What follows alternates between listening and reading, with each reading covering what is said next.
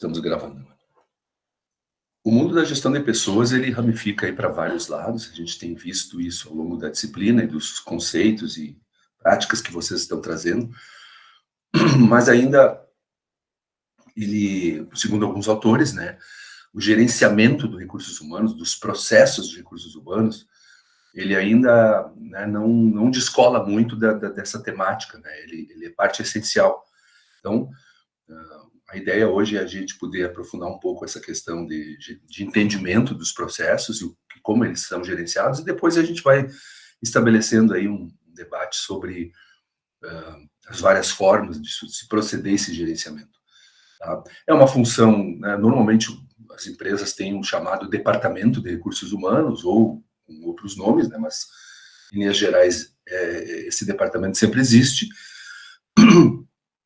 Quando não tem um departamento, tem em empresas menores, tem pelo menos uma pessoa que se concentra nessa área. A gente trabalha com empresas assim que ainda estão desenvolvendo essa pessoa, né? Não tinha oficialmente isso aí. Tinha o famoso departamento de pessoal, né? O departamento de pessoal que é aquele que negocia as férias, resolve os problemas de atestado, distribui os EPIs, enfim, tinha alguma coisa assim mais protocolar mesmo, né? Isso sempre teve, né? Até porque tem questões legais aí, documentais e burocráticas que são necessárias nessa gestão. Mas se restringir a isso, né? Essa é a origem de tudo. E com o passar do tempo, então, vieram todas essas técnicas e práticas que a gente vem estudando e continua evoluindo, né? Então, a partir dali, né, se estendeu para o conceito de recursos humanos e depois, né, de uma forma mais intensa para a gestão de pessoas como um todo. Deixar claro que a gestão de pessoas, na minha visão, né, e na visão de vários autores, ela é feita por qualquer pessoa que tenha equipe.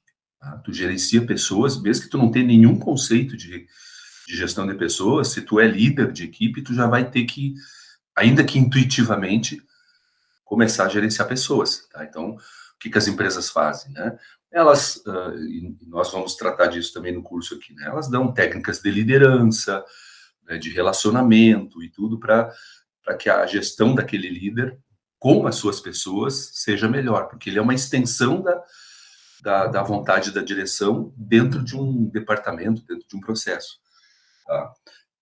O departamento de recursos humanos, ele apoia, ele suporta as várias funções da empresa na questão de gestão de pessoas, tá? Como se fosse uma espécie de consultor interno. Claro, também resolve alguns conflitos, enfim, tem uma série de missões ali que são típicas do departamento, da área de recursos humanos. Tá? Então, a gente vai tentar, vamos entrar nesse mundo e separar bem, né? Essas duas coisas, separar bem no sentido de mostrar a missão de cada um. Enquanto que o departamento de recursos humanos tem uma função mais de apoio, de suporte, de consultoria e de solução de alguns conflitos específicos, a gestão de pessoas é inerente a qualquer líder, a qualquer pessoa.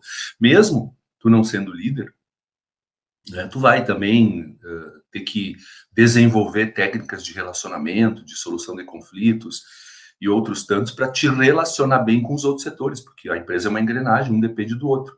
Muitas vezes tu vai ter que negociar, né, para obter lá algum tipo de recurso, alguma necessidade. Então, também ali, né, se faz necessário, eu vejo isso acontecendo em muitas empresas, né, que estão treinando e capacitando os seus colaboradores para saberem negociar, para saberem usar a linguagem não violenta, né? Então, coisas dessa natureza estão se proliferando muito. São técnicas de gestão de pessoas. Então, está nesse mundo, né? E isso aí também tem se percebido como uma coisa útil e que realmente ajuda na melhora do clima e tudo. Então, é um todo, né? De um lado, o recursos humanos dando suporte e as pessoas fazendo seu papel dentro dos vários processos. Mas, hoje, é o Diego que apresenta? Tá, então vamos ver o que ele nos traz. Depois tu só me manda para eu disponibilizar ali, tá, Diego? Sim, acabei não mandando, né, professor? Eu só peço desculpas já de início, eu não sei se vocês estão ouvindo aqui, mas eu acho que o vizinho resolveu fazer uma reforma hoje no apartamento, então assim, ó, começou agora, 8h05 começou a bateção aqui. Ele deve estar, pelo jeito, ele está quebrando a cozinha dele, porque é o mais próximo aqui de mim. Então, se vocês ouvirem, é a participação especial, então, do meu vizinho na aula de hoje, tá? Peço desculpas. Tranquilo. Mas tá bem tranquilo, por enquanto tá. Não, se começar, daí eu até separei aqui o meu fone, de repente com o microfone ele pode diminuir, daí vocês me falam daí, tá? Mas por enquanto vamos assim, tá? Então, assim, Bom, coube a mim, então, essa questão é o ponto 6 do programa, né? Gerenciamento de recursos humanos. E aí, professor, assim, até eu pensei em iniciar essa fala justamente assim, porque eu tive um pouco de dificuldade de pegar uma referência, né? Eu acabei achando um livro na biblioteca virtual, eu trago como referência, o nome dele aqui é o Gestão de Recursos Humanos, do John Ivancevich, tá? Eu coloco até o final dele, ele fala especificamente sobre, é o livro todo, fala só sobre gerenciamento de recursos humanos, né? Então ele aprofunda muito, e eu até, claro, daí eu pincelei algumas coisas, né? Então eu não sei se de repente eu vou tangenciar alguma situação, mas aí depois, acho que na discussão a gente pode ir aprofundando, né?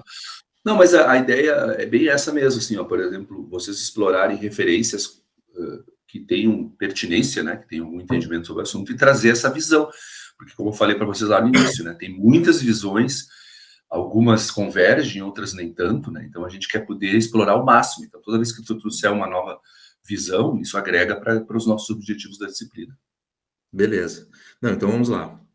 Então, assim, ele, segundo o autor, então, ele diz que o gerenciamento dos recursos humanos, ele tem 5 pilares fundamentais, que aí é o planejamento do RH, recrutamento e seleção, gestão de desempenho, desenvolvimento e treinamento e compensação e benefícios. Então, basicamente, esses são os pontos aí que eu separei para que a gente pudesse conversar e aprofundar um pouco mais.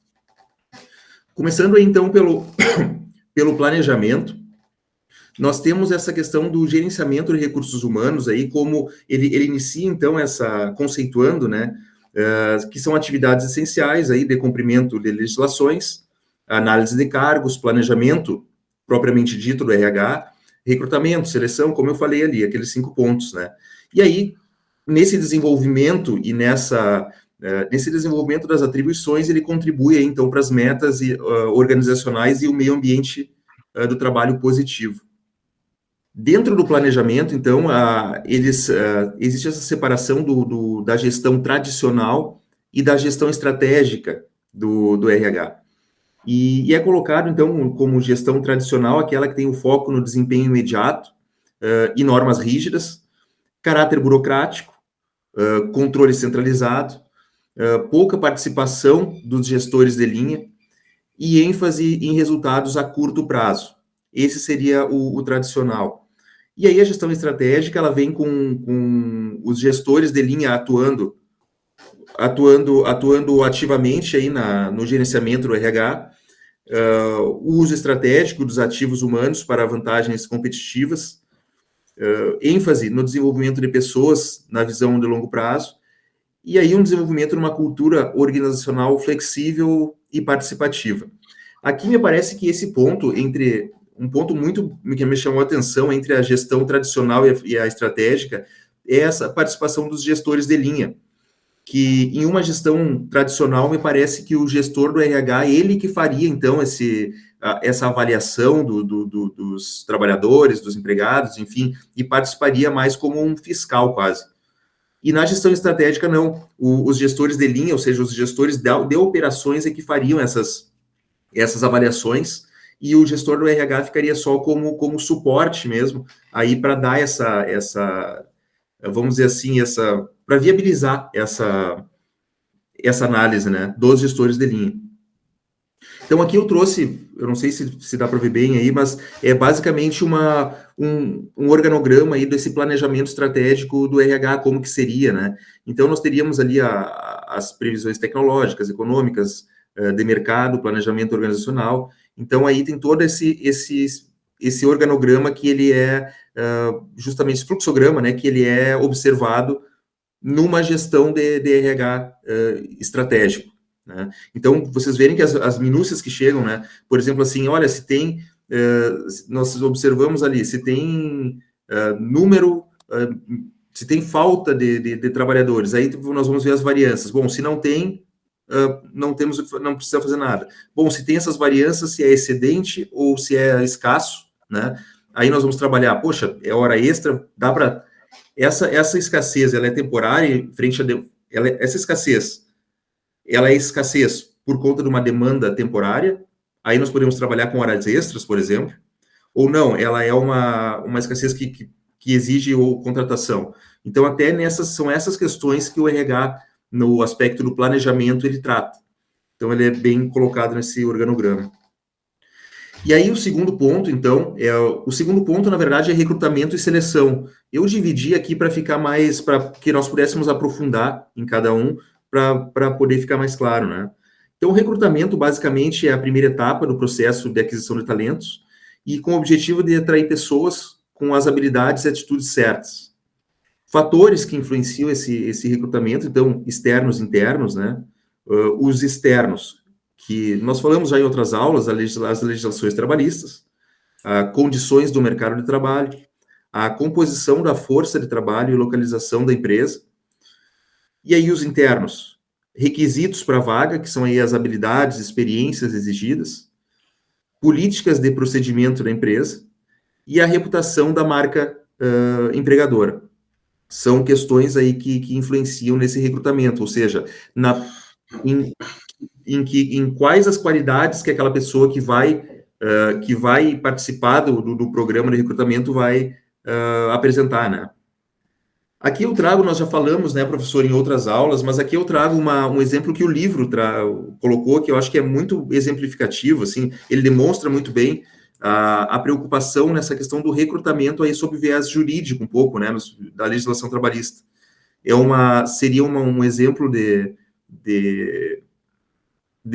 vaga, né, de divulgação de vaga de operador de telemarketing. Então, ele traz aqui operador de telemarketing, mulheres entre 25 e 40 anos. Para telemarketing é necessário diploma de ensino médio, com bom crédito na praça. Então, aí o autor elenca algumas questões aqui, mulheres. Poxa, será que essa questão do gênero, ela é relevante para a questão do operador de marketing? A questão da idade, será que ela é relevante também será que uma pessoa de mais de 40 anos não poderia desempenhar essa atividade? Outra situação também do diploma do ensino médio, né? Que aqui já é um pouco mais linha tênue, né? Enquanto os outros parecem muito claros. E o crédito na praça, que esse é uma coisa muito discriminatória, me parece, né?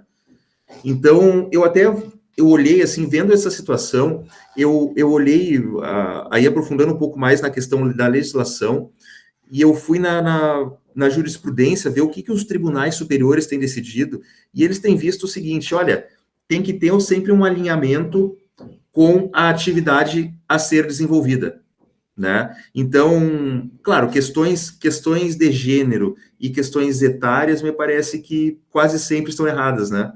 Mas algumas situações aí ficam bem na zona limítrofe, vamos dizer assim. Eu já citei em outras oportunidades, por exemplo, o próprio concurso das polícias militares, ele exige para mulheres a altura mínima de 1,55 m, por exemplo, e para homens 1,60 m. E não é considerado discriminatório. Esses requisitos, por exemplo, eles também já estão se espraiando aí para as empresas de vigilância, né? Então, eles também já têm eles estão já colocando essas situações, e eles até falam, olha, se o governo, se a polícia militar faz isso, nós podemos fazer também. E os tribunais têm falado que sim, ok? Porque essa seria, vamos dizer assim, uma atividade específica que teria que ter essa questão do porte físico, enfim, né? Então, seria basicamente os cuidados que tem que ter, né, para que não caracterize aí vamos dizer, uma divulgação discriminatória do emprego, né? Quanto à seleção, daí, então, é o segundo ponto aí, recrutamento e seleção, né? O objetivo, basicamente, é identificar o candidato que melhor se encaixa nos critérios da vaga, nas necessidades da empresa. Aqui na seleção, então, nós já estamos falando assim, vamos dizer, da porta para dentro, né? Ou seja, no primeiro momento nós divulgamos a vaga e no segundo momento aí nós temos a seleção. Me parece que aqui é que acontece aquela questão do fit cultural que o Daniel e o Diego falaram ontem, né? Na situação é aqui que que se enquadra essa questão durante a seleção, é um dos elementos, né, que é utilizado. Então, o processo ele deve ser justo, ético, né, e em conformidade com a legislação e igualdade de oportunidades, justamente para que não seja, para que não se crie aí um passivo trabalhista, que nessa visão, nessa busca que eu fiz, que eu falei anteriormente, eu verifiquei assim que o Ministério Público do Trabalho, especialmente, ele tem feito muitas ações nesse sentido, com termos de ajustamento de conduta, com empresas, e ações mesmo, de ações civis públicas, né, uma ação coletiva que ele entra contra a empresa, justamente pedindo danos morais, inclusive, por um critério de recrutamento e seleção discriminatório. Então, os aspectos considerados na seleção: adequação à cultura organizacional, potencial de crescimento e a diversidade de inclusão. Adequação à cultura organizacional, o candidato ele deve compartilhar, então, com os valores da empresa e se adaptar ao meio ambiente de trabalho. Esse é um elemento que deve ser observado na seleção. Esse potencial crescimento também, avaliar a capacidade do candidato a se desenvolver e assumir novas responsabilidades. Enquanto aí o desenvolvimento e inclusão é justamente promover essa diversidade, considerando os candidatos de diferentes origens, né? Aqui eu trago um exemplo da Ernst Young. Eu não sei se vocês já ouviram falar, mas é uma empresa ela é de auditoria, né? Uma das maiores do mundo. A Ernst Young, ela mudou o critério de seleção deles. Eles aboliram a exigência, porque, claro, ela é uma das maiores empresas de auditoria do mundo. Então, ela trabalha diretamente com essas questões de auditoria econômica, financeira, administrativa. E aí, nessa questão, na seleção deles, eles acabaram abolindo a exigência de diplomas universitários de algumas áreas.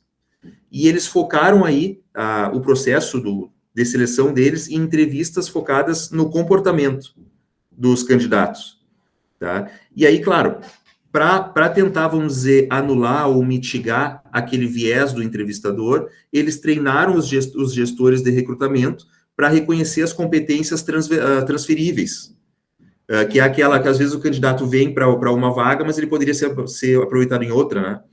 E também para eliminar o viés inconsciente, né? Que isso me parece que é a grande preocupação e o grande ponto que fica sempre um ponto de interrogação, né?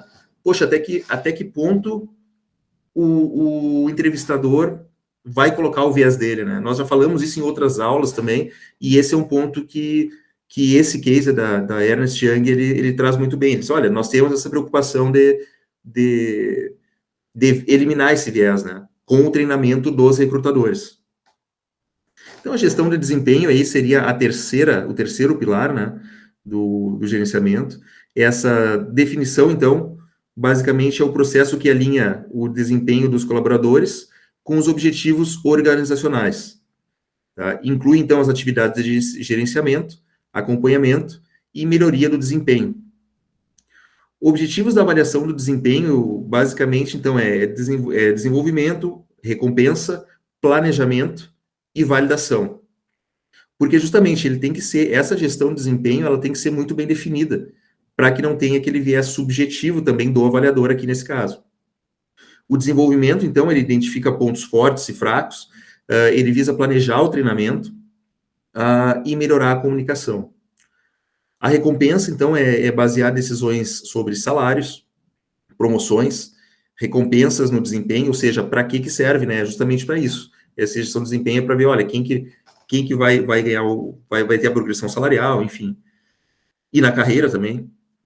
O planejamento aí, dentro da gestão de desempenho, aí são os dados para alocar o pessoal, né? Contratar ou planejar a sucessão, também é muito importante. E a validação, aí, então, é validar as práticas dos recursos humanos, como esse justamente o recrutamento e o desenvolvimento que nós falamos anteriormente ali. Aqui, então, eu trago, inclusive, como case aqui, o próprio Correio, né? Que me parece que um dos pontos interessantes dos Correios é a avaliação no desempenho deles. Eles têm os chamados o GCR, Gerenciamento de Competências e Resultados.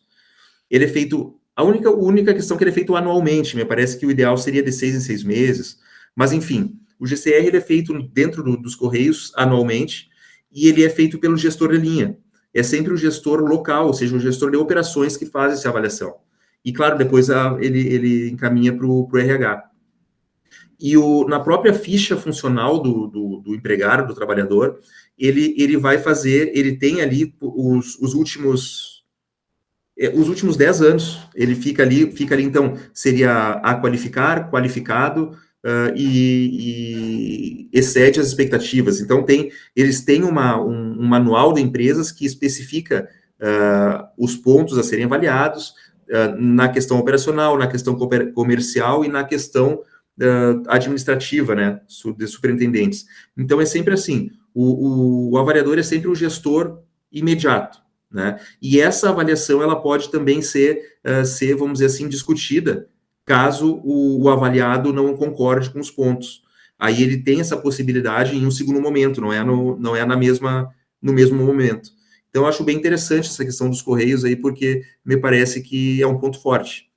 Então, as etapas do desempenho, então, é o estabelecimento de padrões, políticas de avaliação, coleta de dados, que é nesse momento, né, avaliação e feedback, como eu falei, e a tomada de decisões, e aí o arquivamento, né, da avaliação, que é justamente colocando ali de forma clara o resultado, o resultado e os critérios, né, para que o avaliado possa, eventualmente, discutir isso aí, enfim. Desenvolvimento e treinamento, então, é basicamente um processo voltado para melhorar as condições dos funcionários e alinhar as suas habilidades com as necessidades da organização. O objetivo desse treinamento, então, é aumentar a qualidade e a quantidade dos resultados, melhorando aí a produtividade e o desempenho, reduzir os custos operacionais, então, os desperdícios e acidentes, né? Então, nesse ponto é muito importante aí essa questão de reduzir o absenteísmo, né? A rotatividade, porque ele tem uma ligação direta ali com os acidentes de trabalho. Então, e aumentar aí a satisfação profissional, né? E evitar a desatualização. Então, mantendo aí os funcionários atualizados com as últimas práticas e tecnologias. Essa é a importância desse desenvolvimento contínuo, né? Aí no dia a dia da empresa. E aí, então, para o ponto da compensação, né, que é um dos pilares também do gerenciamento do RH, a compensação, ela nada mais é do que a recompensa oferecida aos empregados em troca do trabalho, incluindo aí salários, comissões, benefícios, reconhecimentos não financeiros.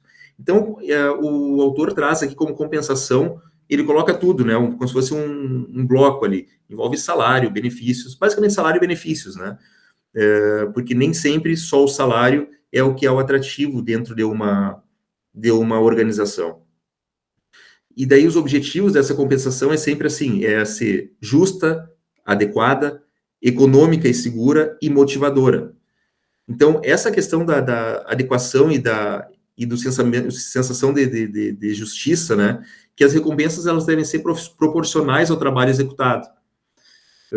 Quanto à questão econômica, ela deve ser sustentável para a empresa, mas também oferecendo uma segurança financeira aí para quem recebe, né, para que tenha uma vida digna. E motivadora justamente para que estimule aí o empregado, o trabalhador, a cada vez mais buscar esse desenvolvimento contínuo.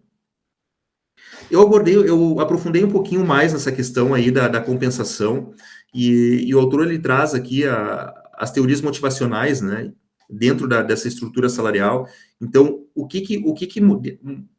essas teorias motivacionais nada mais seriam do que o que motivam o trabalhador a exercer aquela atividade. Então, ele traz 3 exemplos aqui. Primeiro seria o homem econômico, que é aquele que tem um foco, ou seja, que é aquele trabalhador que tem um foco só no salário, né? Que me parece que hoje, infelizmente, a maioria das pessoas, né? Ou felizmente também, enfim, questão pessoal, basicamente só vai pelo financeiro. Depois teria aquela situação do Maslow, até eu trago a pirâmide do Maslow aqui, que é justamente essa motivação por hierarquia de necessidades. Então, aqui o Maslow ele traz as necessidades básicas, segurança, aspectos sociais, a estima, a autorrealização, enfim. Aqui nesse ponto até dá para trazer um exemplo, assim, que nos bancos eu já vi isso acontecer com amigos, por exemplo, nessa questão até dá para aplicar essa questão do Maslow, por exemplo, que eles trabalhavam na iniciativa privada e em busca de segurança fizeram um concurso aí para o Banrisul, inclusive, né? Então foram para essa empresa pública justamente em busca da segurança, né? Então abriram mão aí da questão do aspecto econômico, que geralmente ganha mais no privado, em busca dessa segurança. E acabaram voltando, né? dois amigos já acabaram voltando para a iniciativa privada porque viram assim que, poxa, não tem como. Eles viram que a questão da segurança acabava não compensando e voltaram aí para o setor privado, né? O setor privado. E aí a última teoria motivacional aí seria a teoria da equidade, que é justamente assim, o trabalhador ele tem que ter essa percepção de que ele está integrado na equipe, ou seja, de que a pessoa que está do lado dele desempenhando a mesma atividade, ela está ganhando a mesma coisa ou similar, para que tenha essa sensação de justiça, de equidade mesmo, né? E aí que está a importância dessa estrutura salarial, que é justamente a avaliação de cargos e a hierarquização para determinação da remuneração. Aqui, por exemplo, entraria aquela situação dos PCCS, né? Dos planos de cargos e salários, e também aí o uso dos procedimentos para minimizar a subjetividade e garantir a equidade nesse pagamento de benefícios. Então, ainda os benefícios na flexibilidade, quanto aos benefícios e a flexibilidade de remuneração, nós temos aí que os benefícios, eles incluem a compensação financeira indireta, como previdência privada, seguros, licenças, e motivações, né? Elas também são pontos de motivação, que é aí a competitividade no mercado, negociações sindicais, o aumento da produtividade, né? Aqui nessa questão das negociações sindicais é muito importante porque, além da legislação trabalhista, nós temos a situação que um sindicato forte, ele acaba sendo fundamental para uma categoria, no sentido de que ele pode conquistar outros direitos, né? Nós temos, me parece que um dos mais... Bom, dá para citar dois aqui, né? Primeiro seria o dos bancários, que é um sindicato muito, muito forte e que acaba aí trazendo, garantindo uma vamos dizer assim, um lastro, né? Para os seus representados aí de forma muito, muito concreta, assim. E o outro seria dos aeroviários. Já foram mais fortes, sim, mas ainda assim, só para vocês terem ideia, enquanto as outras categorias, eles têm os acordos coletivos e as convenções, os aeroviários, eles têm uma legislação específica, né, que garante aí os direitos mínimos. Então, para vocês verem a força dessa categoria, e que aí reflete, claro, por exemplo, imagina também a responsabilidade de um piloto de avião, né, então tem toda essa situação aí que acaba refletindo, né, então, refletindo em direitos, né, e em benefícios. Aí, como eu falei, de previdência privada, seguros, licenças, enfim. Quanto à flexibilidade na remuneração, então, permite ajustes com base em desempenho e metas de organização. Métodos baseados em resultados, aí tem a PLR, né, a participação nos lucros, os incentivos coletivos e bônus por mérito. Nesse ponto da remuneração, aqui também a gente tem um ponto sensível no que tange à legislação, porque a legislação ela não permite, ela defende a irredutibilidade salarial.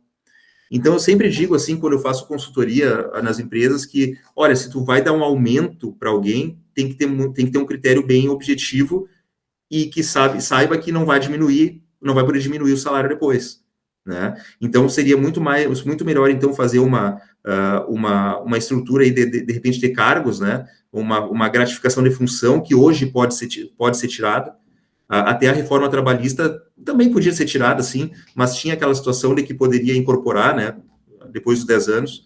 Mas, então, eu sempre digo assim, olha, tem que ter muito critério, porque, essa pessoa realmente vai se representar um aumento salarial ou é só um bônus, vamos dizer, por aquela função específica que ela está fazendo naquele momento.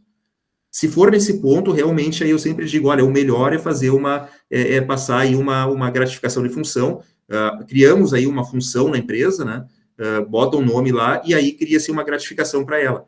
Porque no momento em que e aí o empregador vai poder tirar aquela função a qualquer momento e aí, consequentemente, reduzir a gratificação. Então, essa flexibilidade, ela sempre tem que ser acompanhada pelo jurídico, né? Então, aí, a conclusão, basicamente, não fazendo o fechamento, né, do gerenciamento do recursos humanos, é essa integração estratégica que o setor tem que ter, né? Então, o RH, ele vai muito além dessas funções administrativas, como o professor bem falou ali no início, não é um departamento de pessoal, né? Ele vai muito além disso. Ele desempenha um papel central nas estratégias da organização, tá? E aí, justamente, olhando para o futuro do RH, me parece que ele vai ter que lidar com essa transformação digital e com a globalização, ou seja, com essas tendências, né? Fit cultural, essas questões da inteligência artificial, como que vai se lidar com isso, né? Porque me parece que esse setor de RH, ele é um setor muito sensível. Então, ele vai ter que realmente, pode ser usado a inteligência artificial, sim, mas sempre com acompanhamento de uma pessoa, né? Para que ela possa ir gerenciar essas questões. Porque é um ponto sensível que trata de todos, acaba assim, não gerenciando, mas tendo contato com todos os outros setores da organização. Então, basicamente é isso. Aqui, por último, eu trago só a referência do livro que eu baseei esses slides, né? É um livro específico aí. É isso, professor. Tá bem rico o teu material, tá? Acho que tu contemplou tudo. Muito bom.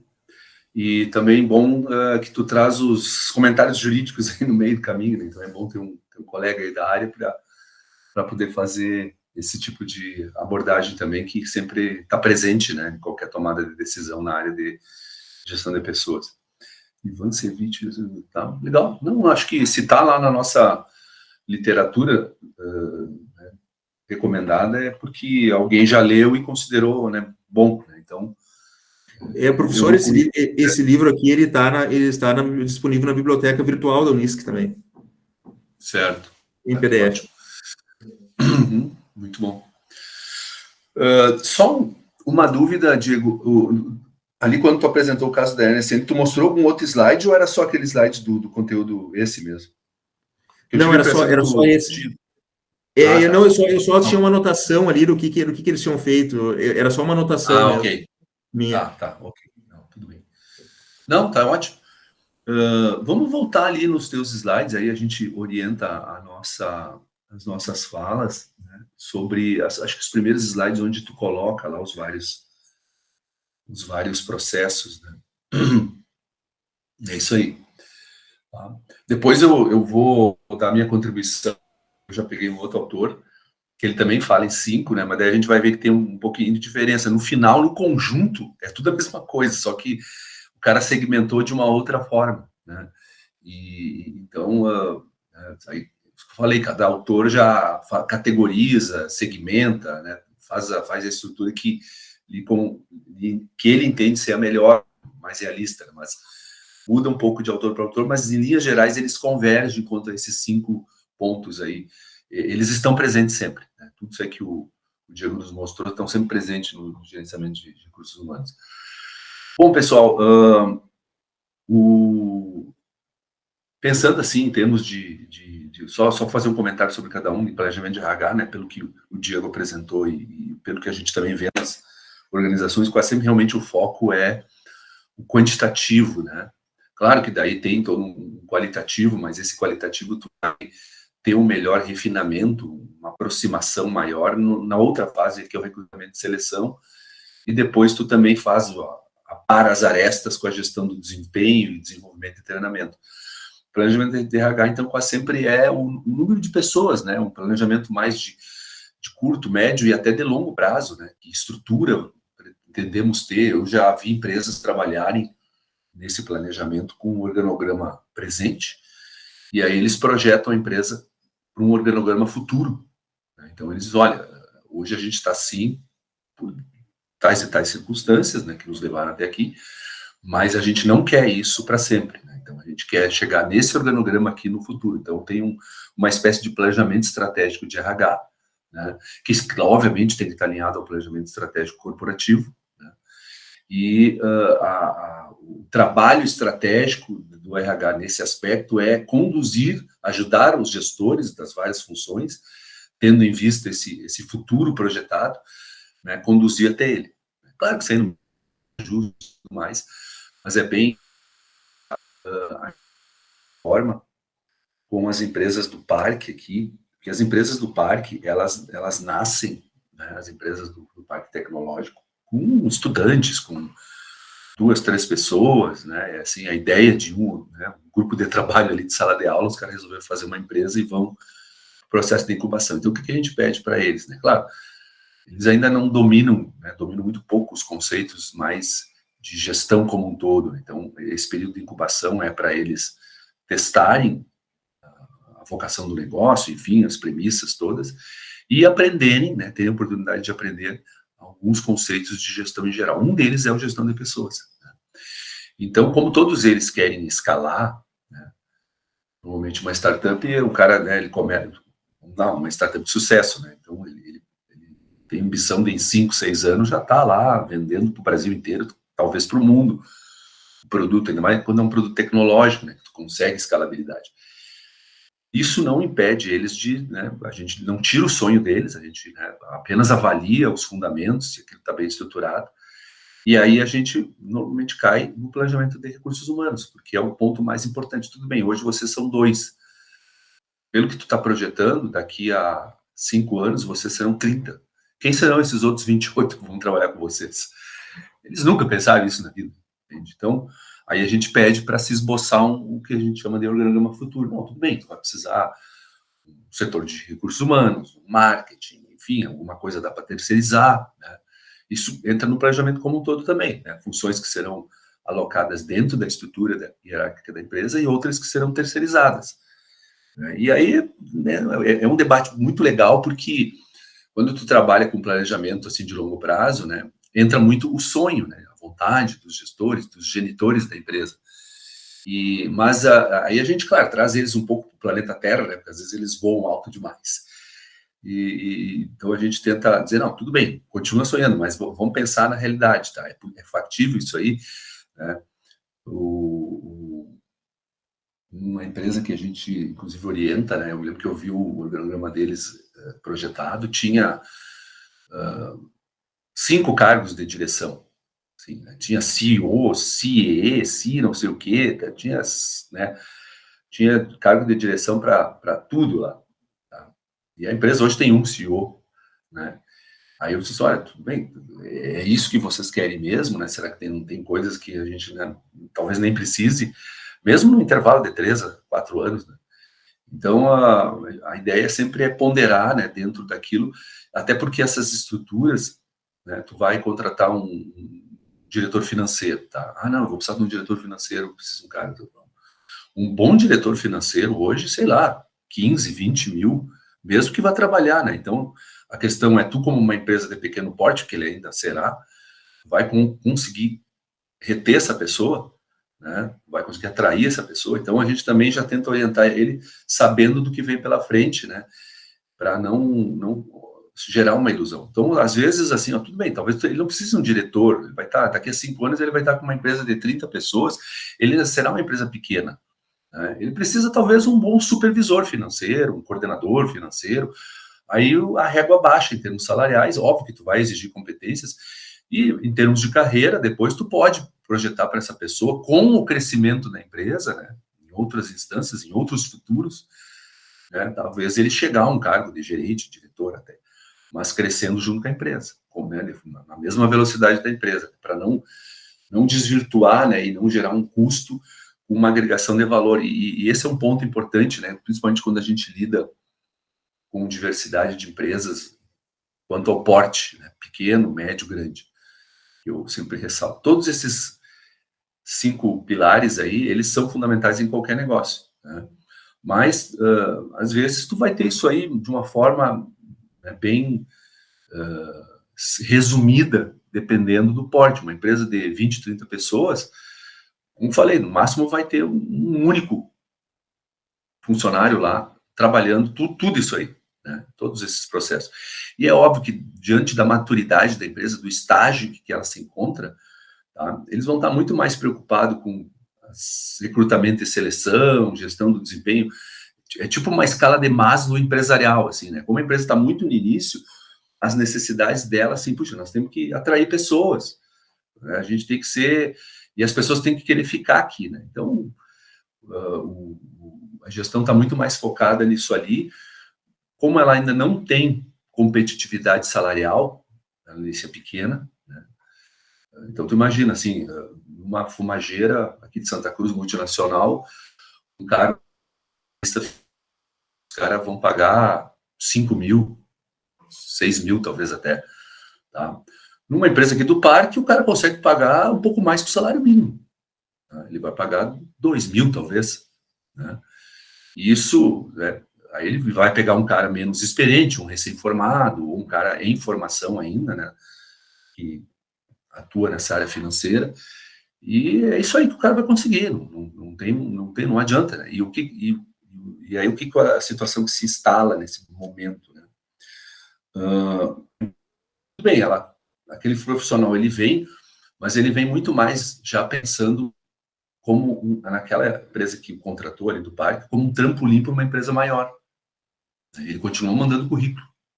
Os jovens são assim, né? Quando de tempo em tempo estão mandando currículo para ver se aparece algo melhor. Então, tô aqui ganhando 2 mil, eu sei que tem gente aqui que paga 4, 5 mil, eu vou mandar currículo para esse pessoal. Uma hora eles me descobrem aqui, vê que eu sou um talento e me levam.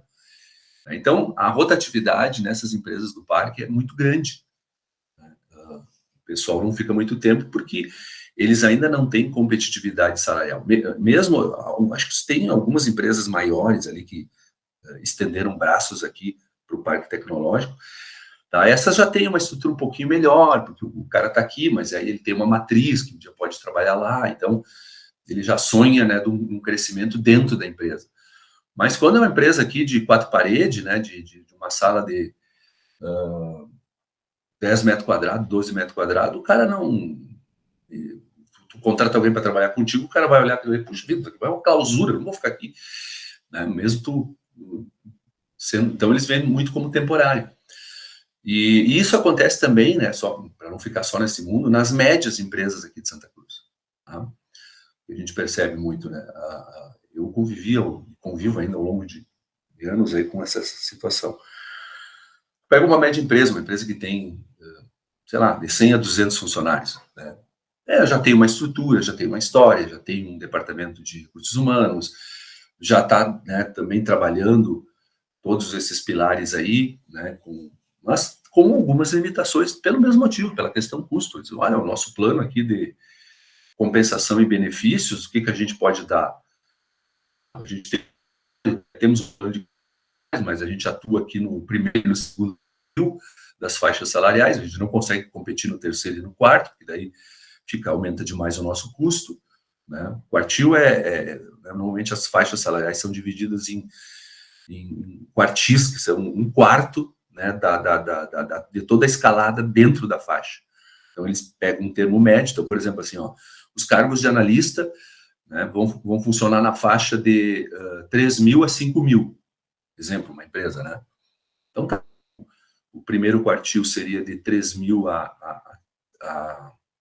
3.500, o segundo seria de 3.500 a 4 mil, aí dá bem na média, depois o outro de 4 mil a 4.500, e o último quartil de 13.500 a 4 mil.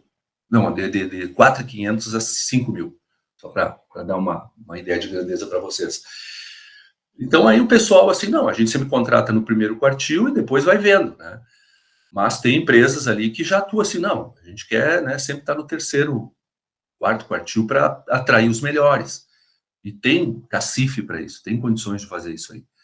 Então, muitas vezes também, no caso das médias empresas, ainda que tenha uma política já bem mais estruturada, um RH bem mais estruturado, eles acabam perdendo os melhores profissionais, né, seja para as grandes multinacionais aqui, grandes empresas e tudo, né? Então, esse fenômeno acontece. Também gera uma alta rotatividade. Então, às vezes, mesmo o RH fazendo os temas de casa, eu vejo isso muito nas médias empresas, tudo bonitinho, ele tem todos esses pilares, foi até onde ele pôde, tá sincronizado com o estratégico da empresa, está compatível em termos de estrutura de custos, tudo foi pensado. Mesmo assim, a rotatividade é alta, por quê? Porque as pessoas que ali estão, elas não se veem como a carreira delas ali, né? A carreira final delas estando ali. Eles veem, não, eu estou aqui, mas eu quero trabalhar na BAT, eu quero trabalhar numa Philip Morris. Eu sei que lá os caras pagam mais, eu sei que lá tem mais benefícios, eu sei que lá tem mais treinamento e desenvolvimento, eu sei que lá tem tudo mais. E tem mesmo. Tá? Ele já tem uma política muito mais agressiva. Né? Então, a trajetória, né, às vezes, para quem é empregado é essa. Eu sei que eu quero ir para lá. Eventualmente, tu encontra um outro, não, eu quero ficar aqui mesmo, mas é o pessoal já mais antigo. O jovem, em geral, já é mais inquieto, né? Quando eu digo pessoal mais antigo, não é um cara de 60 anos, tá? Às vezes é um cara assim que já começou novo na empresa, né? Ele já tem todo um fit cultural, né? De longa data, começou com 20 anos, hoje o cara está com 40, tem 20 anos de trajetória na empresa, e ele não se vê mais fora da empresa, né? Ele não se vê mais tendo que se adaptar a uma outra cultura, tendo que se autodesafiar em termos de metas, enfim, pessoais e profissionais. Então, ele acaba se acomodando, mas isso está cada vez mais caro, né? Porque essas empresas, a gente vai ver elas assim, a grande quantidade são estudantes, né, pessoas em fase de formação ou recém-formados. Aí, volta e meia, tem um sênior lá que, né, o cara já está nessa faixa também dos 35, 40, o cara já é sênior, 35, 40. Tá? Então, a gente percebe isso, a rotatividade é alta, então isso rejuvenesce. Tem aspectos positivos e nem tão positivos, tá? Mas isso a gente pode comentar depois aí também, a partir das experiências de vocês. Mas, como eu falei, né, mesmo fazendo os temas de casa, mesmo tendo todos os pilares, o contexto em que a empresa se localiza, né, pode levar a que os objetivos estratégicos de RH não sejam atendidos, dentre eles, né, redução da rotatividade. Claro que isso aí também a gente avalia por funções, por departamento, por cargo, né? Porque às vezes é mais focado, né, num setor da empresa, né? Então, a rotatividade aumenta, é muito grande, por exemplo, no setor administrativo, né? Ah, mas por que é grande no setor administrativo? A gente tem que analisar, realmente, ali o cara entra como auxiliar, assistente, aí lá, o funil é muito grande, então o pessoal já não se vê mais para onde crescer, né? Horizontalmente também tu não consegue grandes ganhos, então acaba que o cara que entrou ganhando R$2.000, ele se vê no máximo ganhando 3.000, e ele não quer isso para a vida toda dele, né? Então, aí acaba tendo essa desmotivação, e a empresa não tem como pagar mais, porque são cargos bem, né, burocráticos, administrativos, e a possibilidade de crescimento ali, ela é menor, né? Ainda que tu tenha lá gestão de talentos e outros. Professor, até essa questão aí dá para fazer um link com aquela questão da teoria das motivações ali, né? Que eu vejo isso na empresa que eu presto consultoria em Porto Alegre, tem uma alta rotatividade, não sei se a Mariana pode confirmar isso na empresa dela, mas tem uma alta rotatividade, é uma empresa basicamente de telemarketing, né? Que vende produtos e serviços financeiros, então ele tem uma alta rotatividade na questão dos vendedores. Porque a carreira do vendedor, pelo menos como está estruturada lá nas empresas, eles não têm uma progressão, mas eles têm uma remuneração razoável. Só que eu vejo que quando bate no teto ali, ele começa a olhar para os lados, né? Ver assim, tá, quais são as outras opções, né, no mercado.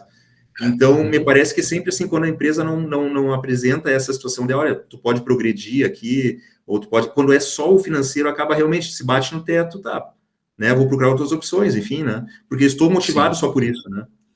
Exato.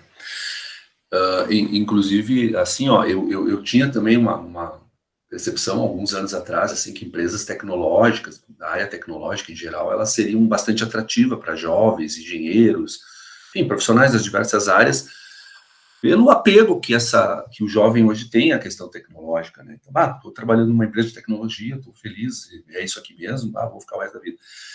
Mas eu já percebi movimentos bem contrários a isso, né? Eu atendi uma empresa, a questão de um ano, do setor tecnológico, E assim que tinha 120 funcionários, então tu olha assim, bom, 120 funcionários, né? E tava tudo certinho, tinha departamento de recursos humanos, departamento financeiro, uma estrutura hierárquica já com gerentes e diretores ali, enxuta, é verdade, mas bem formada, né? Aí, numa das primeiras entrevistas de trabalho lá, enfim, levando adiante o projeto que a gente tinha lá, eu conversei com a pessoa de RH e eu perguntei para ela assim, ó, como é que estava a rotatividade, né? Daí ela disse assim, olha, todos por nível, né? Então, nível operacional, nível médio e nível gerencial, ela disse, tá altíssimo, tá? Só para te ter uma ideia, tá? Se voltar 2 anos atrás na empresa, né? Tem os 2 sócios diretores, que são os proprietários, que estão na empresa ainda, pensando 2 anos atrás, eu, que sou de RH, que estou persistindo, e mais o financeiro. O resto já mudou tudo. Então, tu imagina, em 2 anos, a empresa mudou praticamente 100% das posições. Né? Então, aí... E olha só tinha, assim, engenheiros e profissionais já formados, alguns em fase de formação, né? Aí tá, daí eu tentei descobrir alguns dos motivos, né? Um deles era esse aí, o jovem ele batia mesmo tendo boa formação, e aquilo ali para ele era um trampolim para trabalhar numa empresa maior, o cara queria, né, dar outros voos. Agora, também tinha, isso aí acontece muito, tá, pessoal?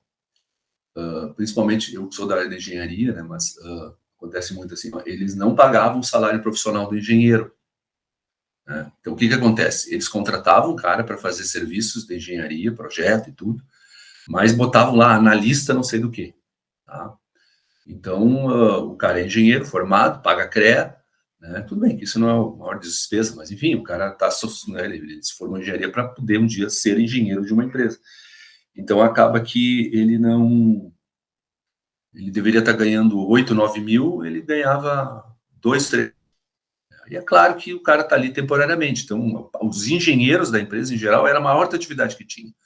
E um dos fatores, certamente, era esse aí, né? Que a empresa não pagava. Daí eu cheguei a falar com a direção, tá, mas vocês não veem necessidade de reter? Não, tá mais ou menos, bom seria, mas não temos condição de pagar, então tem que ser assim mesmo. E, de fato, né, pensando numa empresa que paga, né, na faixa de 3 mil, quando deveria estar pagando 8, 9, né, é uma distância muito grande, né? Então, eles acabavam alterando lá o nome da função na carteira, justamente para não evidenciar que era relacionado à área de engenharia. Eu até não sei, viu, Diego, se já debateu, já teve alguma experiência nessa área de contencioso judicial por conta de profissionais de áreas superiores, porque quase todos os conselhos prescrevem salários mínimos, né, pisos salariais para os seus profissionais. E se tu comprova que tu exerceu funções pertinentes àquilo, não sei se isso gera passivo trabalhista ou isso hoje, não sei como a jurisprudência leva.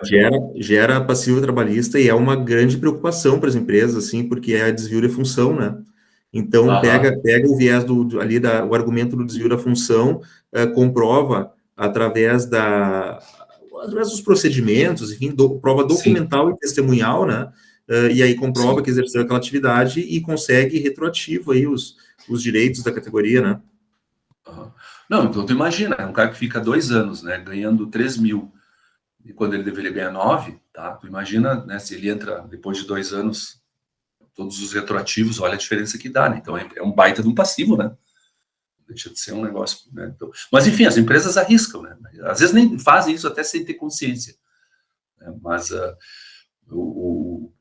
gente observa isso e realmente, claro, carece de prova, mas é o que a gente vê muitas vezes lá os caras fazendo, né? Muito bem, pessoal. Então, assim, ó, só quis dar essa contextualização de que todos esses conteúdos e todos esses processos, né, eles são fundamentais, mas óbvio que daí tu adapta de acordo com o tamanho, o porte da empresa. Óbvio também, né, toda empresa deveria ter pelo menos uma visão de futuro e tenta orientar isso para essa visão de futuro. E aí começa a fazer funcionar. Aí também, né, vai ter algumas áreas que serão, dependendo da maturidade da empresa, o estágio que ela se encontra, o momento, que vão ser prioridade, né? Então, eu vejo muitas empresas ainda nessa fase de tentar estruturar bem um bom planejamento de RH e um bom recrutamento e seleção. Quando isso se consolida, aí eles partem para desenvolver uns outros, né? Gestão do desempenho, desenvolvimento e treinamento, cargos e salários e benefícios, aí vai. tá? Mas isso vai ficando para mais depois. No início, eles querem só poder contratar gente que ajude eles. Então, o foco está nisso ali. Como falei, parece uma escala de Maslow aí, né? Tu apresentou a escala de Maslow, eu ainda considero de todas as teorias que eu acho que é a que mais, assim, validação tem, entende? Porque é o que eu mais vejo nas empresas, né? Por exemplo, tu tem que gerenciar levando em conta, pelo menos, né, em algum momento nos teus ciclos ali de avaliação, a questão da escala de Maslow. Vou voltar lá. Por exemplo, ali também gera-se situações que induzem ao aumento de rotatividade. Por exemplo, se o cara já está, pelo tempo de empresa, né, querendo subir lá do aspecto social para autoestima, enfim, ou autorrealização, ele vai ter um comportamento bem diferente do cara que está lá nas necessidades básicas. Os elementos de motivação, né, são diferentes, e tu tem que contemplar isso aí entre as políticas que o Diego apresentou para nós. As tuas políticas, elas têm que ser suficientemente alinhadas. Políticas seriam os procedimentos que estruturam esses processos, né? Mas elas têm que estar suficientemente alinhadas para captar essa mobilidade na escala de Maslow e poder dar, de acordo com cada pessoa, pelo menos parcialmente, né? Nunca tu vai conseguir integralmente, pelo menos parcialmente, algum tipo de retribuição. Só para vocês terem uma ideia, né? Eu sei de uma empresa que tinha uma força de vendas bem grande, espalhada no Brasil inteiro, né? E já com uma certa experiência, né? Eram pessoas já, assim, com 5, 6, 10 anos de empresa, né? Já trabalhando como uma espécie, assim, de representante comercial da empresa, mas não, eles eram empregados, né? Eles trabalhavam como vendedores regionais, ou gerente de vendas regional, tá? Mas eles eram vendedores em essência, né? Eles faziam os contatos comerciais da empresa e tentavam vender produtos. E aí o que aconteceu? Tá? Em um determinado momento, vendas não estava mais desempenhando. Tá? Tinha uma série de fatores, e um dos fatores que chegou à mesa lá para tomar a decisão era a questão da motivação dos vendedores. O pessoal está meio desmotivado, não sei o quê, porque só o salário e a comissão é pequena, e realmente era. Aí os caras inventaram lá, não sei quem é que deu a ideia, isso eu não acompanhei, tá? Eu só presenciei depois e eu fiz minhas recomendações em cima, e usei justamente a escala de Maslow, né? Eles resolveram, então, de acordo, além do salário e da comissão, dar prêmios, assim, de final de ano, né? Tá, tu vai ganhar uma televisão, tu vai ganhar, enfim, um objeto doméstico lá, uma batedeira, tá? Então, assim, fizeram alguma coisa nesse nível de premiação, né, de final de ano, para os melhores desempenhos, ou para aquele cara que, né, bateu a meta, e aí viram que, né, depois de um tempo, que aquilo não motivava nada, justamente porque eram pessoas que já estavam numa certa altura na escala de Maslow, né? Então, por exemplo, o cara que eles estavam premiando com televisão, né? O cara que menos tinha televisão em casa, ele tinha 2.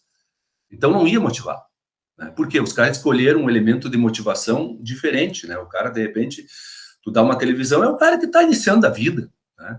As necessidades básicas ali para a segurança, né? Então, essa turma toda já estava num outro nível, então o prêmio que eles queriam, sei lá, né, seria uma viagem para o Nordeste, ou para fora do país, com a família, alguma coisa nesse nível, né? Então, eles tiveram que fazer todo um recálculo. Aí sim, a gente interviu, pedimos para ele fazer todo um recálculo, né? E aí tinha a ver lá com tempo de empresa, com fatoridade e tudo mais, algumas questões particulares ali para ver se enquadrava melhor, né?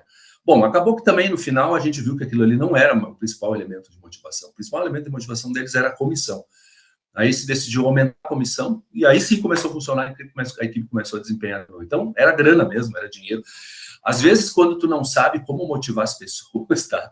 Parece que dando dinheiro resolve tudo. Eu não estou dizendo que resolve tudo, mas acaba bastante preponderante, né? Então, em vez da empresa comprar um presente para o cara no fim do ano, ela achando que aquele presentinho vai gerar motivação, deixa de dar o dinheiro para o cara comprar o presente que ele quer, né? Então, os caras chegaram à conclusão que melhorando a comissão já era o suficiente para destravar muita coisa ali no sistema deles e no desempenho da equipe de vendas, né? Muito bem, pessoal. Então, agora vamos ver as percepções de vocês sobre o que o Diego apresentou, ou questionamentos, tá? Eu não sei se eu posso tirar a apresentação já, professora. Ou deixa? Não, deixa aí, de repente a gente quer voltar para um ou outro, né? A gente pode debater em cima deles ou relembrar. Daniel, Mariana, Diego. Começa aqui, né? Até baseado na apresentação do Diego, nas falas, né? Me parece que é um fator, me parece não, já temos evidências aqui na conversa, né? De que uma estrutura de RH que contemple todos esses aspectos de gerenciamento, ele é um grande diferencial competitivo, né? Num mercado onde a disputa por profissionais qualificados é muitas vezes maior do que pela própria demanda de venda de produto e serviço, né? Acaba sendo... Então, como saber, né, quando é o momento certo de você investir, e naturalmente isso vai estar ligado à capacidade financeira ali da empresa, startup. O professor citou o exemplo de uma startup ali que inicia num ambiente escolar, por exemplo, e a gente sabe como funciona, né? Realmente, 2, 3 pessoas ali focando na solução, focando no desenvolvimento do produto, entender se aquilo ali vai ter aderência no mercado, vai gerar alguma demanda ou não.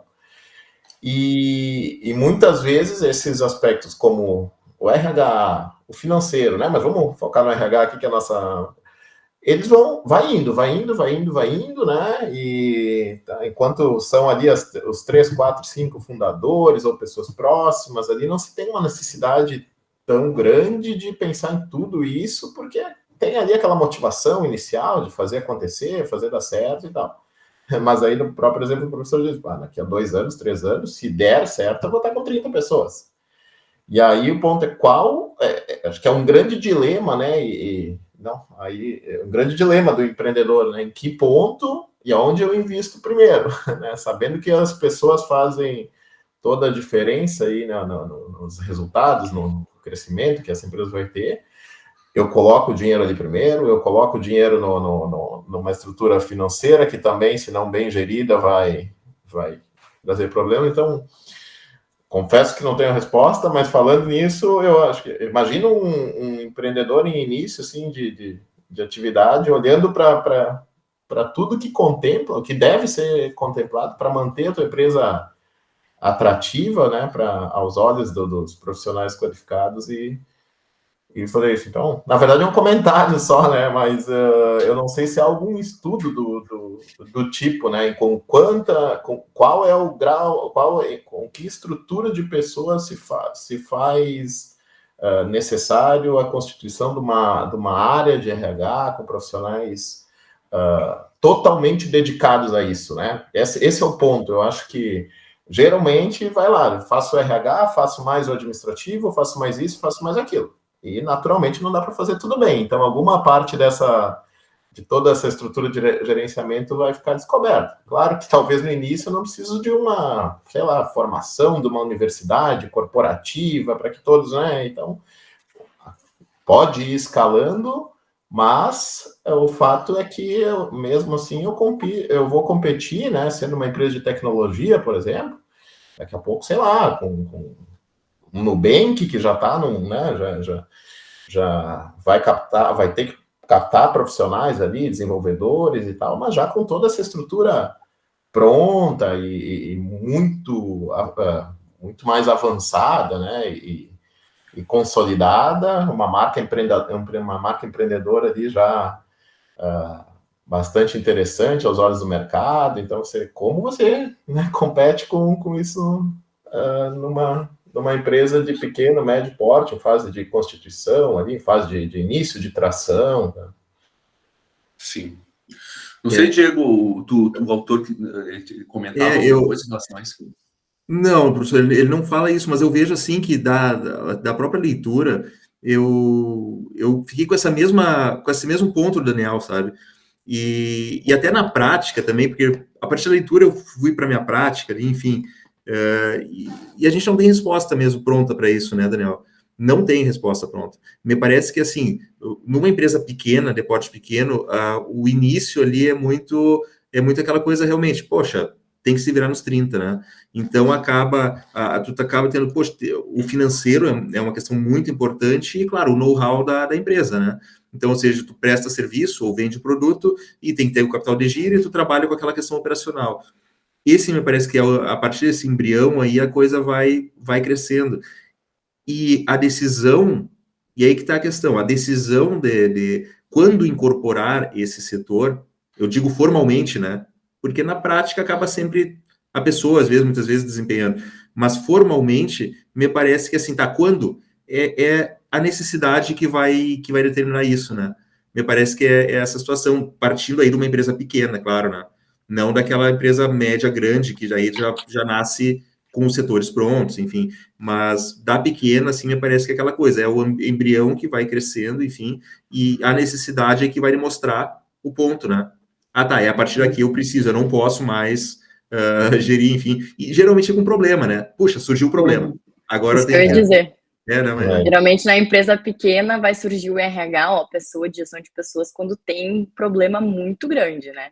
Tipo, a equipe está desmotivada, desengajada, não tem o que fazer, daí eles começam a fazer, precisa de fazer ação de endomarketing, né? A gente precisa integrar, celebrar junto com a equipe, porque eles precisam produzir mais e de uma forma melhor, né? Então, por exemplo, a gente, né, como startup, a gente nasceu dessa forma, né?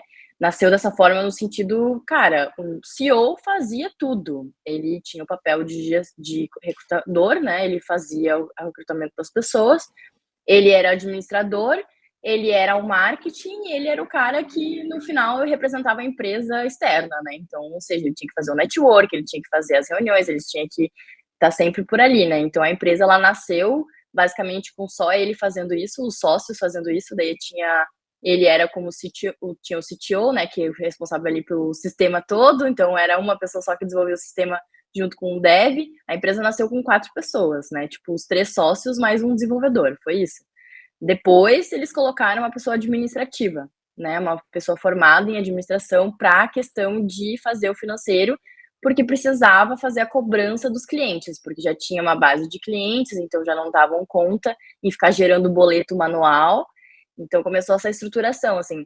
E depois ali, quando a empresa já tinha mais de 10 pessoas, isso o CEO ainda continuava fazendo o papel de gestão de pessoas, né?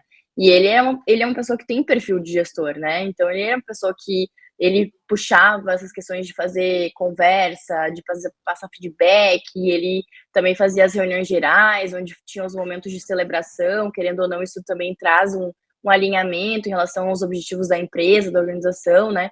E depois, assim, aprendendo na prática, né, é necessário ter uma pessoa que pense na gestão de pessoas, porque se torna muito mais complexo tudo, né? A gente não está falando só folha de pagamento, né? A gente não está falando mais só sobre benefícios 13º, né? Essas coisas todas que tá dentro da agenda de RH, né? Do departamento pessoal, que tu pode muito bem terceirizar também, né? Essa questão, né? Mas o olhar para as pessoas, o cuidado delas, né? De saber se as lideranças de fato estão fazendo os acompanhamentos com seus liderados, né? Se as metas estão sendo cumpridas no quesito pessoal, né? De pessoas. A gente sabe, né, que o capital humano dentro de uma organização, ele é o mais importante de todos. Se ele é o mais importante de todos, por que não tem um trabalho, um olhar para essas pessoas, né?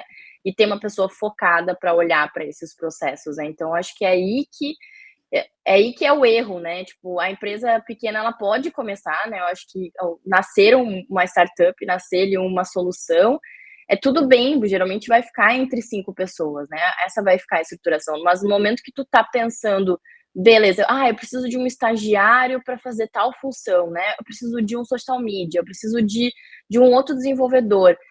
Quando tu começar a pensar que tu tá precisando contratar outras pessoas, tu vai precisar ter essa pessoa de gestão de pessoas. E primeiro, contratar a pessoa certa para gestão de pessoas, e ela tem que ser o braço direito junto com o CEO, entendeu?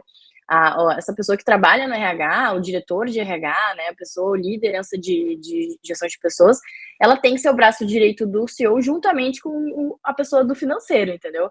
Esses 3, eles têm que andar juntos para o crescimento da empresa, senão, para mim, já não vai funcionar. Depois tu consegue alocar lá um diretor de marketing, pode, né, trabalhar uma pessoa para crescer junto com a organização e vai assumindo esse processo. Enfim, eu acho que quando tem essa necessidade de contratar, pensar em, né, em expansão e pensar nos times, nas criação da setorização, isso aí é o momento certo para tu ter um profissional de RH, né? Uma pessoa responsável para gestão de pessoas. E geralmente vai começar nesse processo de recrutamento e seleção, né? O olhar para aumentar a empresa ou para aumentar o capital humano dentro da organização. E daí depois dá para se fazer estruturações de coisas mais diferenciadas, né? Daí tu vai trabalhar ali a questão de planos e cargos e salários, quais são os benefícios que nós vamos ter para chamar mais atenção em relação ao mercado, né? A gente consegue competir com o mercado em benefícios? Quais são os benefícios obrigatórios para a minha organização, né? Porque também tem isso, né? Tu não pode, tu pode dizer que tu tem benefícios na tua organização, mas alguns são por lei que tu tem que garantir, né? E daí tem esses fatores todos aí também, né? Então, tu tem que ter essa pessoa para pensar nessas questões, assim. Então, infelizmente, né, Diego, eu acho que é para apagar fogo mesmo. Tu vai pensar no profissional de RH quando tu necessita, sabe? Quando tem um grande problema no teu colo, ou tu precisa contratar uma leva de pessoas e tu não sabe como fazer, ou tu não tem tempo para fazer. Acho que é mais ou menos nesse lugar, assim, por experiência, né, por visão, assim, de coisas que eu fui vendo e lendo também à medida dos anos em relação à gestão de pessoas, assim, sabe? Porque eu sei, assim, o impacto que dá de ter uma pessoa responsável para isso, assim. Eu fiz muito esse papel dentro da empresa por 2 anos, né?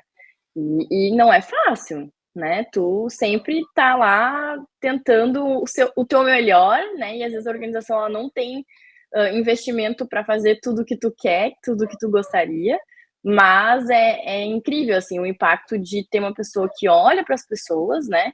E quando tu não tem, né? E quando tu não tem, tu vê em resultado, de fato, assim, tipo, as pessoas ficam super desmotivadas muito rapidamente, né? Tu tem que ter essa integração, essa interação, porque a pessoa sai todo dia da sua casa para trabalhar 8 horas num espaço onde tu convive com aquelas pessoas todo dia da semana, né? Então, tu tem que ter algo mais, né? Acho que essa questão da pirâmide de Maslow aí, eu até ia comentar também um pouco sobre no cargos e salários lá, mas eu vejo muito isso, né? A minha motivação, que eu entrei na empresa há 7 anos atrás, ela não é a mesma hoje, né? Então, inclusive, teve uma pesquisa lá que foi perguntado, né, pra gente assim, ó, como você acredita que se sentiria plenamente reconhecido na empresa?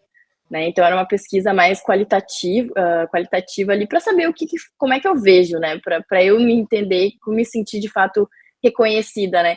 Para mim, no meu, né, espaço aí de quase 10 anos de empresa, é diferente o reconhecimento para a pessoa que está há 1 ano, entendeu? Essa pessoa que está há 1 ano, talvez ela queira salário, ela queira uma bonificação, uma premiação em dinheiro. Eu já não vejo assim, sabe? Eu já vejo se tu me dá uma viagem, um voucher de uma viagem aí, eu vou amar, entendeu? Essas questões todas, assim. Então, ser elogiada, né, ser reconhecida em RG, por exemplo, já não é uma coisa que me gratifica, né? Uma coisa que já não é mais o que combina comigo, né? Enfim, então tem esses entendimentos, né? E olhar para isso em tempos é importante. E essa pessoa de RH que vai fazer isso, entendeu? Essa pessoa que vai perguntar, essa pessoa que vai fazer as surveys, né? As perguntas ali. Tem o ENPS, né? Que é a mesma coisa que o NPS para saber como é que os clientes se sentem em relação ao teu produto, também tem o ENPS, onde tu faz a pesquisa interna para saber como é que os seus colaboradores sentem em relação à organização, né? Que também tem que ser feito pelo menos uma vez no ano, né? Para tu entender e fazer ações em relação a isso, né? Enfim, é mais ou menos o complemento aí, a discussão Me parece que teria um tema legal para uma pesquisa aí, né? Estruturar bem algo, porque eu já vi algumas que fazem relação a quantidade de pessoas que um líder consegue gerenciar de forma minimamente adequada, dar atenção, dar feedback, acompanhar desempenho, né? Motivar e tal, toda. Então, acredito que está ligado a isso, né? O início da empresa é aquela ali, é uma ideia, quando você tem poucas pessoas ao redor ali, vai atraindo uns são entusiastas daquela ideia, conseguem transmitir esse mesmo entusiasmo para as pessoas que estão ao redor, mas quando você vai precisar escalar, vão ter pessoas ali que não tem nada a ver com aquilo. Eu estou ali, mais um lugar para trabalhar, para mim receber o salário e tal. Então, se você não tiver tudo isso que o Diego e a Mariana falaram agora, esse olhar, para todos os aspectos que compõem aí o quadro de gerenciamento. Não vai acontecer, vai chegar uma empresa que em algum momento ele vai olhar para o lado, como o Diego também disse, pô, aquilo ali parece estar mais organizado, eu falei com um colega que está lá e eles têm isso lá que não tem, então vai começar a comparar e os problemas vão começar a acontecer. Então, para mim tem uma ligação ali com, né, um determinado número de pessoas que ainda se consegue manter motivado, engajado na ideia de, né, de certa forma, a ideia, e também o próprio, uma análise de mercado para ir para o setor, enfim, alguns aspectos aí que dariam para compor, mas Sim. E aí vem aquela, pô, tá, tenho capacidade para fazer ou não, qual é o movimento, qual é a pessoa, porque como a Mari também disse, né, tem uma hora que passa do departamento de pessoal para a gestão de pessoas propriamente, né, às vezes as pessoas confundem isso, a área de gestão de pessoas é a que processa a folha, faz os cálculos lá de rescisão, faz o processo lá da admissão formal e tal, mas como a gente está vendo aqui é muito mais que isso, né, então deve ser um dilema ali. Sim, é um bom tema para pesquisa, tá? Acho que não tem... Eu não me recordo de uma literatura assim que tenha feito esse tipo de olhar, mas aí a gente se abastece do empirismo, né? Das vivências que a gente tem, que nem a Mariana relatou ali, no caso da empresa dela. O que eu percebo, né? Até das empresas que eu acompanhei, né? E a minha própria, né? Normalmente tu inicia pequeno mesmo, né? Só os sócios, né? De repente mais uma pessoa ali. E aí o teu RH, sabe quem é? É o escritório contábil. Tu terceiriza lá, tu nem te preocupa com isso aí. Tu quer fazer o produto funcionar, né? Entrar, né? Começar a ser vendido e tudo. Tá? Até diria que tu te preocupa muito antes com questões assim de marketing, tudo, que do próprio RH. Né? Porque tu tá, né, naquela de tentar fazer teu produto ser percebido pelo mercado. Mas é terceirizado. Tá? Então, os RHs, normalmente, das empresas, né? Eles são terceirizados, mas não, obviamente, não com essa conotação de gestão de recursos humanos que nós estamos vendo aqui. É o departamento, é o DP, é o departamento de pessoal, é folha de pagamento, férias, terceiro, é contratação, demissão, né, aviso prévio, essas questões documentais, registros, carteira de trabalho, tudo isso aí. Quem faz? Escritório de RH, tá? Então, o que acaba acontecendo? Aí, mais ou menos, a trajetória que a Mariana falou, a necessidade vai aparecendo, vai surgindo, né? Então, essa empresa que eu acompanhei desde há 8 anos com eles, agora 9 anos, eles iniciaram, eram 2 sócios, 2 engenheiros, e eles tinham uma ideia, incubaram, foram bem na incubação, fizeram todos os temas de casa, desenvolveram o protótipo do produto, né, foram para o mercado, aprenderam a vender, enfim, tá? Mas aí, já ali no segundo ano, só nós 2 aqui não aguentamos mais, tá? Então, qual é a primeira solução que o pessoal pensa, né? Pega estagiário. Aí, por isso que eles vão ali para o Unisc, né? Essa vantagem de estar dentro do parque, né? Não, vamos pegar estagiário de engenharia, de ciência da computação. Conseguiram. Tá? E aí foi até fácil, né? Vem os gurizados entram motivados, claro, vão errar bastante, tudo, mas imagina tu ter já um estágio dentro da universidade. Para as gurizadas é a melhor coisa do mundo. Eu saio da aula e já vou para o trabalho, saio do trabalho e já vou para a aula. Então, estou aqui no meio, estou discutindo com meus colegas, com meus professores.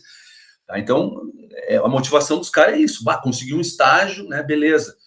Só que o que aconteceu, né? Em 1 ano, os 2 se formaram. Os dois estagiários que a empresa contratou se formaram. E aí, claro, né? Sou formado agora, o que a empresa tem para me oferecer? Nada. Terminou teu estágio.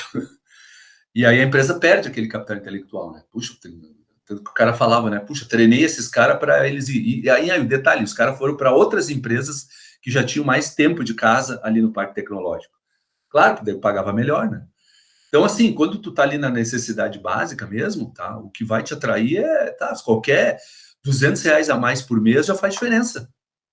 Né? Ainda mais na condição de estudante, estagiário para profissional recém-formado. Tá? Mas mesmo o cara vai continuar, ele vai sair dessa escalada aí.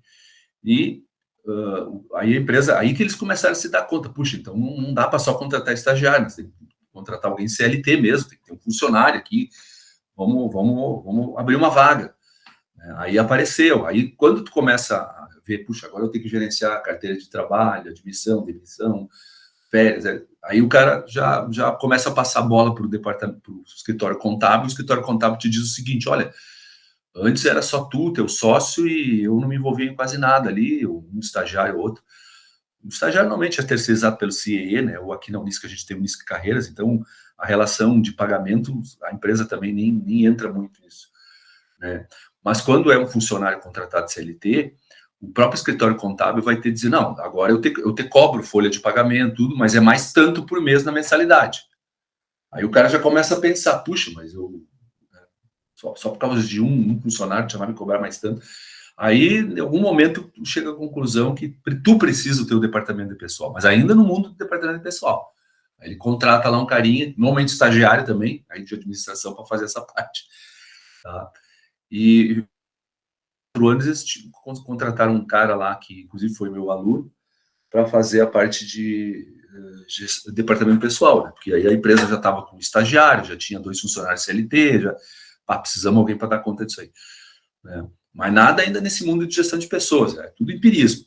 Tá? Aí a empresa cresceu, quando vê, tinha 10, 12 funcionários, e aí deram uns treinamento a mais lá para o carinha de departamento do PP, para ele incorporar mais algumas funções, enfim, foi se tentando tirar o máximo que tu podia daquela pessoa, até que bateu num teto. Olha, mais que isso não dá, o cara, ele tem tarefas burocráticas, operacionais, no dia a dia ali, dessas questões documentais todas, né, então não tinha como ele ser um grande gestor, né, e até acho que o cara não queria também, ele estava contente com as rotinas dele ali.